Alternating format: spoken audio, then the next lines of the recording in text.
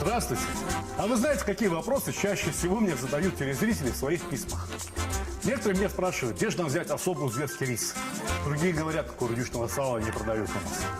Третьи казан до сих пор найти не могут.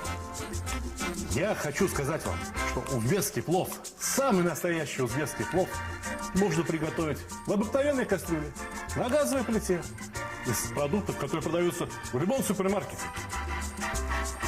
Плов можно приготовить без чего угодно. Вот без огня плов нельзя приготовить и без масла.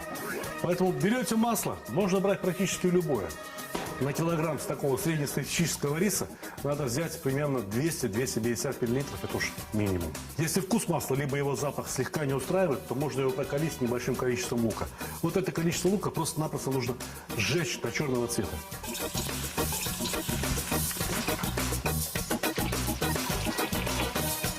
Ну вот так, я думаю, и достаточно. Сегодня мы готовим самаркандский плов. А в Самарканде мясо принято обжаривать крупными кусками. Посмотрите, у меня не все мясо помещается, ну да и бог с ним. Плов – блюдо такое, в котором мясо играет отнюдь не решающую роль. Мясо фактически должно только украсить вкус плова.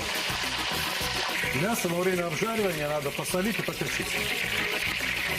Я специально так обильно солю и перчу мясо. Дело в том, что соль и перец выделяют вкус того ингредиента, который посолили и поперчили. Теперь очередь лука. Пожалуй, что так много лука не надо. Половина хватит.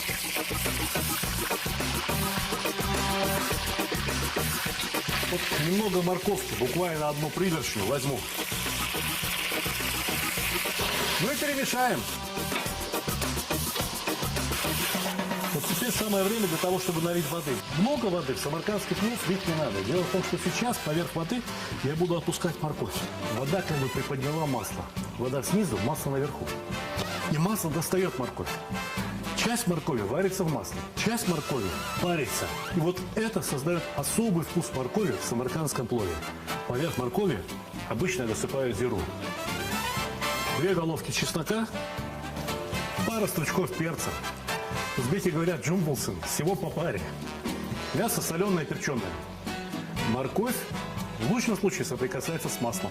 Соль в масле не растворяется, поэтому морковь остается сладкая. И вот эту сладость я хочу акцентировать. Для этого у меня есть особая приправа – изюм.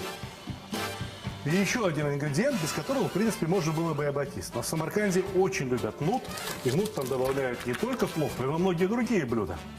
Нут, для того, чтобы он приготовился нормально, надо замочить за 3-4 часа до начала приготовления. Замачивать надо его обязательно в горячей воде при температуре примерно 60 градусов. Вода желательно, чтобы была мягкая и никакой соли. Замоченный нут рассыпаем поверх моркови. Вот здесь, на пару, под крышкой, он приготовится очень быстро. Буквально минут через 20-25 он уже будет мягким. Воды и жиропоглощающие свойства каждого сорта риса индивидуальны. Вот этот рис я тоже считаю необходимым замочить хотя бы на 20 минут. Надо еще иметь в виду, что некоторые сорта риса требуют того, чтобы их перебирали. Я думаю, что этот рис настолько чистый, что перебирать его не надо. Поэтому замачиваем его теплой 60-градусной водой. Основная задача промывания риса – это удаление рисовой пудры. Дело в том, что когда рис очищают от оболочки и шлифуют, на нем хочешь не хочешь образуется рисовая пудра. Это рисовая пудра практически 100% крахмал. Этот крахмал, когда попадет в казан, образует клейстер. И этот клейстер сделает плов клейким. Поэтому обязательно рис надо промывать. Промывая рис, не трите его в руках. Просто приподнимайте его, нежно приподнимайте и опускайте снова в воду. Этого достаточно. Но дело в том, что рис, который мы выбрали сегодня, отдает на удивление мало крахмала. Следовательно, и в плов закладывать такой рис уже можно. И теперь закладываем рис в казан. Ровненьким, аккуратным слоем. Теперь надо залить столько воды, чтобы она выступила над поверхностью риса. Это необходимо для того, чтобы это масло поднялось над поверхностью риса, а потом, когда вода будет впитываться в рис, масло будет обволакивать сам рис. Смотрите, мы солили мясо и лук. Морковь мы не солили. Соответственно, и рис у нас не соленый. Но вот и сейчас самое время для того, чтобы его посолить, предпринять некоторые меры для того, чтобы эта соль растворилась в рисе. Но обратите внимание, каким замечательным бы ни был рис, все равно во время отваривания он выделяет крахмал. Этот крахмальный клейстер слепляет рисинки друг с другом. Знаете, что надо делать? Надо учиться у тех, кто не умеет варить кисель. Когда засыпают крахмал в кисель, после этого кипятить уже нельзя. Иначе кисель снова становится жидким. Дело в том, что при температуре выше 98 градусов крахмальный клейстер начинает разрушаться. Он раскладывается на воду и на глюкозу. Поэтому узбеки говорят, на вкусный плов сладкий получился. Еще одна беда. Крышка. От крышки уходит тепло. И здесь вот сейчас конденсируется вода, которая капает обратно туда на плов. Поэтому стряхиваем, тщательно стряхиваем лишнюю воду с крышки. И делаем вот что. Я беру блюдо, на котором я потом буду подавать плов. Этим блюдом я укрываю слой риса. Оно не плотно укрывает. Какая-то часть пара все равно пройдет сюда наверх. Для того, чтобы капельки дождя не стекали обратно в рис, мы предпринимаем вот какую меру. Обыкновенное чистое вафельное полотенце. Оно впитает в себя весь пар. Кроме того, крышка, которая у нас сейчас получилась, работает как термос. Теперь крышка не такая горячая, все тепло остается там, в рисе. Если здесь внизу казана есть хотя бы 100 градусов, то очень скоро и рис нагреется до 100 градусов. При 100 градусах клейстер разложится на глюкозу и на воду.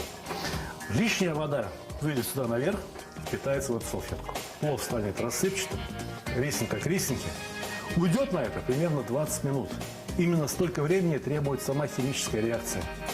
Ждем и готовим аппетит. Когда я плов готовлю, я время не засекаю. Вот я по запаху чувствую, что плов готов, и все тут. Аппетит открылся, значит, пора и плов открывать. Осторожно, вот эти первые струи пара, ужас какие горячие, сколько раз все пальцы обжигал. Самаркандский плов выкладывается не как попало. Самаркандский плов, нижний слой ляяна, поднос, на котором будет подаваться плов, выкладывается только рисом. И вот теперь, когда мы добрались до слоя мяса, морковки и гороха, самое главное. Опа! Ну и еще раз. Мясо подается на стол прямо целыми кусками. К столу обязательно подается нож, небольшая досочка. И мясо разрезается на мелкие кусочки уже прямо за столом. Но за мясо сразу не принимаются. Самаркандский плов едят по-особому. Сначала обязательно пробовать, как рис сварился. Вот если рис сварился хорошо, уже тогда его смешивают с морковью. А кто-то любит морковь отдельно, а кто-то любит мясо отдельно, а кто-то любит смешать и мясо, и морковь, и рис. Вот эти люди разбираются в плове, как никто другой. Приятного аппетита!